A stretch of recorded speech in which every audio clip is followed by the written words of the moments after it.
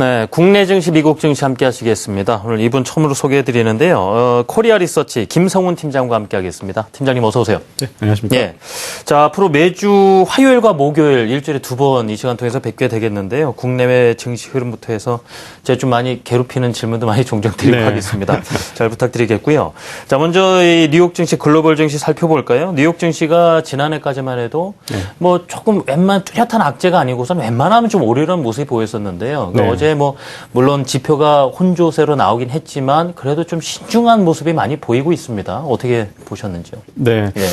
자, 일단 지난해까지 미국 증시 포함해서 그리고 독일 증시까지 상당히 좋은 모습을 보이면서 거침없이 올라가는 그런 모습을 보였죠. 예. 특히나 자, 미국 증시가 올라가는 와중에서도 항상 그렇듯이 거품론이 나오거든요. 그랬습니다. 예, 그리고 거품이 나온다는 것은 결국 시장 참여자들이 결국 좀 차익 실현에 대한 욕구가 좀 많았다라고 좀 봐야 될 것 같습니다. 예. 그렇기 때문에 현재 올해 2014년 개장하고 나서 나온 현재의 어떤 지표 부진에 따른 미국 시장과 독일 시장의 어떤 흐름, 선진국 시장의 어떤 조정의 흐름은 단순히 차익 실현 관점에는 양호한 조정이라고 보시는 것이 낫지 않을까 싶습니다. 예. 자, 그래서 자, 일단 현재 글로벌 증시에 대해서 우리가 아직까지는 크게 우려할 만한 부분은 없다라는 점을 먼저 말씀을 드리고 싶고요. 네. 자, 오늘 이 시간에서는 제가 좀 큰 그림에서 현재 글로벌 시장의 자금의 흐름과 트렌드를 조금 한번 짚어보는 시간이 좀 필요하지 않을까 싶어서 좀 이 부분에 대해서 말씀을 좀 드리고 싶습니다. 예, 들어보겠습니다. 자, 일단은 2010년이죠. QE2 이후로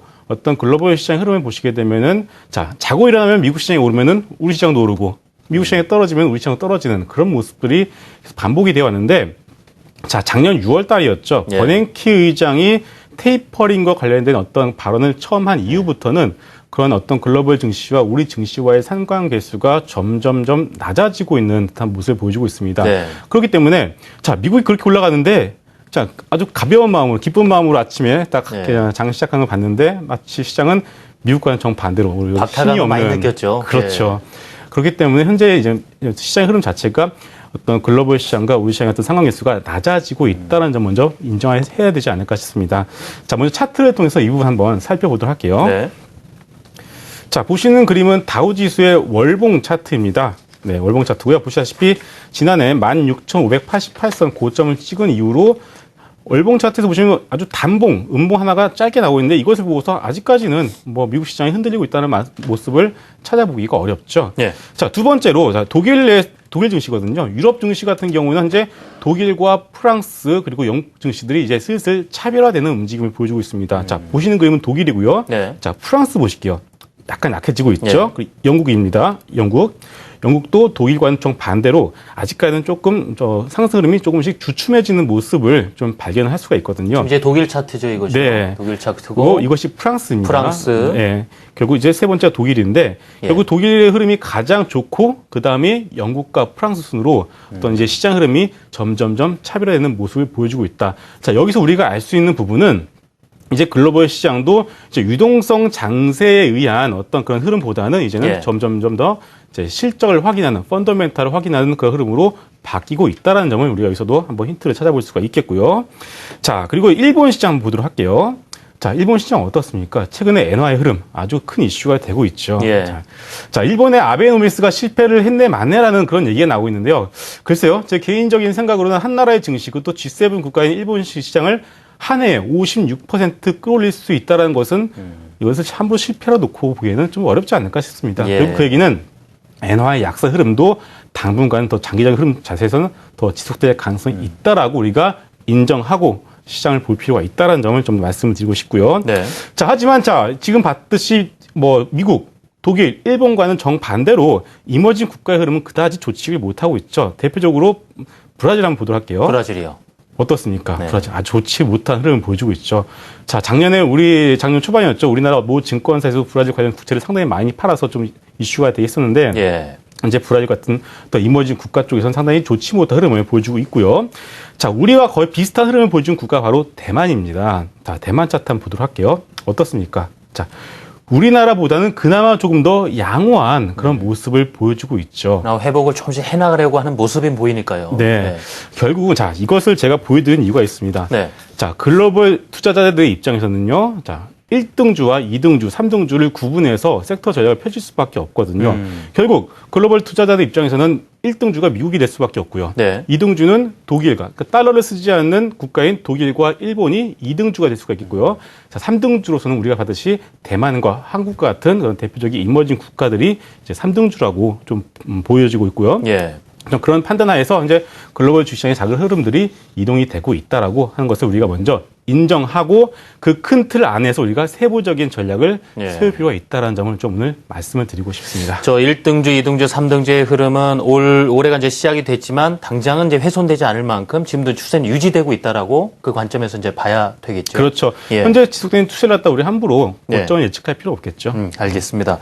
자, 이런 좀 큰 관점에서 설명을 해주셨는데 그럼 글로벌 증시의 시각으로 또 우리 증시를 들여다봤을 때 어떤 특징들을 찾아내 볼 수 있을까요? 네.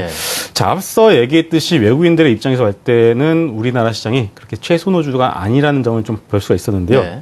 자, 결론부터 말씀을 드리면 어제 박근혜 대통령이 474인가요? 474 발표를 했었죠. 네. 성장률 4%를 목표로 잡고서 하겠다라는 얘기하고 있는데 물론 가봐야 자겠지만 아직까지는 4%라는 숫자 자체가 상당히 좀 요원한 숫자로 좀 예. 보여지고 있습니다. 즉 작년부터 우리나라 시장을 압박했던 요인 중에 하나가 바로 저성장 이슈였거든요. 우리나라 역시 이제 일본과 같은 장기 저성장 국면으로 들어갈 수가 있다라는 점에 상당히 작년부터 많이 얘기가 나왔었는데 네. 그렇기 때문에 일단은 지금 우리나라 지수의 연봉 차트를 한번 보게 되면 이러한 부분들도 우리가 조금은 살펴볼 수가 있지 않을까 싶습니다. 자, 보시는 그림은요, 코스피 지수의 연봉 차트입니다. 예. 자, 월봉도 아니고 주봉도 아니고 연봉 차트예요. 보시면은, 자, 2004년 이후로 추세선을 타기 시작해서 2011년 고점 2231포인트를 찍은 이후로 네. 자, 2012년, 2014년 고점이 낮아지고 있는 그런 모습을 보여주고 있습니다. 네. 결국 얘기는 자, 우리나라가 이제 고성장 국가에서 이제 선진국으로 들어가는 네. 어떤 그런 과도기적 측면에 있다라고 좀 봐야 되지 않을까 싶습니다. 자, 이러한 부분들이 주식시장의 차트 흐름, 연봉 차트에서 드러나고 있고요. 또 하나, 정부 역시도 어저께도 발표했듯이죠. 네. 발표를 했듯이 4%라는 숫자를 제시했다는 것은 현재 우리나라 시장이 저성장 국면에서 벗어나지 못하라고 했던 점을 스스로 인정하고 있지 않는가라는 점을 우리 또 발견해 볼 수가 있지 않을까 싶습니다. 또 하나, 자, 우리나라 증시를 이끈 대표적인 두 종목이 있죠. 바로 삼성전자와 현대차인데요. 현대차. 예. 자, 최근에 삼성전자와 현대차의 움직임을 보면 상당히 이런 흐름들이 잘 드러나고 있지 않나 싶습니다. 즉, 다시 말해서 자, 외국인들 현재 삼성전자, 현대차 아주 무섭게 팔아대고 있죠. 지금 삼성전자 차트가 나오는데 지금 월봉 차트인가요, 이거는? 네. 예. 자, 보세요. 좌측이 삼성전자의 월봉 차트고요. 네. 오른쪽이 삼성전자 우선주의 월봉 차트입니다. 예. 자, 왼쪽은 본주고요. 오른쪽 우선주인데 우선주. 자, 본주는 외국인들이 팔아치고 있으니까 차트가 깨지고 내려가고 있죠. 예, 그렇습니다. 그런데 오른쪽의 우선주는 어떻습니까? 크게 훼손되지는 않은데. 그렇죠. 예. 결국 얘기는 뭐냐면은 자, 외국인들 입장에서는 삼성전자를 갖다 이제는 성장주로서 보는 것이 아니라 예. 이제는 가치주로서 결국 이제 배당을 먹기 위했다. 이번에 삼성전자도 이제 배당률을 2배로 높였었죠. 그렇기 때문에 이제 삼성전자를 고성장의 어떤 그런 고성장주로 보는 것이 아니라 가치주로 보고 있다는 시각이 달라졌다. 이제는 여실하게 반영이 되고 있고요. 예. 삼성전자뿐만이 아닙니다. 자, 현대차를 한번 볼게요. 자, 좌측이 현대차의 본주 차트고요. 오른쪽이 현대차의 우선주 차트예요. 어떻습니까? 네. 어우, 확연히 다르군요. 확연히 다르죠. 예. 전혀 다른 기업의 차트라고 해도. 예. 그렇죠. 결국 이 얘기도 뭐냐면 현대차도 이제 5년 만에 미국 시장에서 마이너스 성장이 나왔어요. 그렇죠. 결국 얘기는 자, 삼성전자 마찬가지로 현대차도 이제는 어떤 고성장주가 아닌 가치주로서 외국인의 이제 시각이 바뀌고 있다라는 점을 우리가 인정해야 될 것 같습니다. 결국은 그렇기 때문에 이제 자, 우리나라 대표하는 두 종목인 삼성전자와 현대차가 지수가 차트가 깨지고서 훼손이 됐다라는 것은 결국 예. 지수 역시도 어떤 2200, 2300을 함부로 바라보기보다는 오히려 아래쪽 하방으로의 변동성이 커질 가능성에 대해서 여러분들 이제 열어두고서 전략을 세울 필요가 있다라는 점을 우리가 좀 봐야 되지 않을까 싶습니다. 하방으로 좀 무너질 가능성을 열어두고 전략을 세운다 했을 때는 그럼 어떤 전략이 유효할지 간단하게 좀 설명해 주시면서 마무리를 지면 어떨까요? 네. 자, 이것을 갖다가 우리가 외국인들의 선물 포지션을 보고서 한번 중장기적인 흐름을 한번 보겠고요. 그리고 오늘 자, 이번 주 아주 중요한 옵션 만기가 예정이 되어 있죠. 네. 그래서 옵션 만기, 옵션 포지션을 보면서 한번 이런 부분들을 한번 살펴보도록 하겠습니다. 자, 자료 한번 보실게요. 자, 보시는 그림은 코스피 지수의 월봉과 그리고 외국인 선물 롤오버 추이입니다. 예. 자, 롤오버라는 것은 자, 외국인들이 포지션을 바꿨는지 안 바꿨는지를 볼 수 있는 하나의 중요한 지표 중에 하나인데요.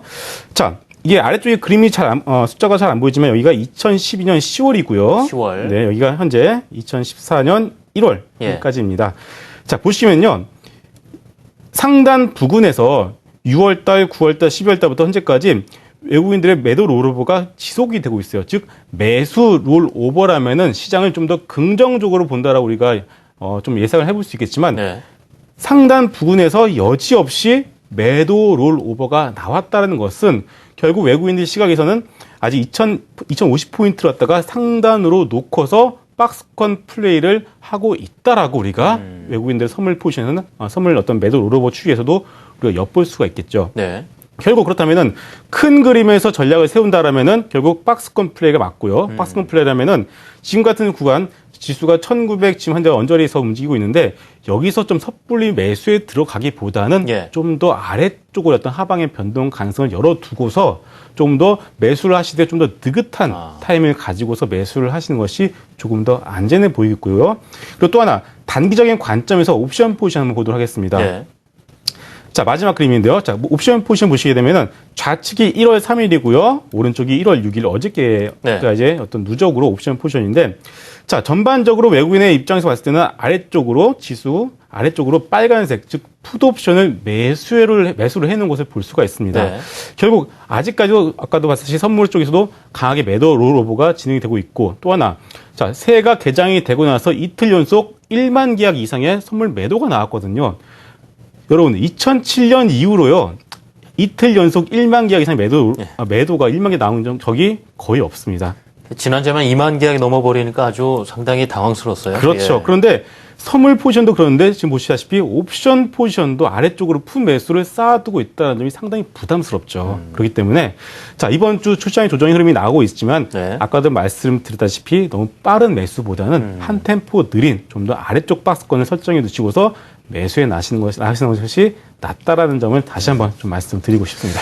조금만 더 여유를 가지고 타이밍을 기다려보자라는 조언을 해주셨습니다. 자, 이제 목요일에 또 뵙겠군요. 지금까지 코리아 리서치 김성훈 팀장과 함께했습니다. 팀장님, 감사합니다.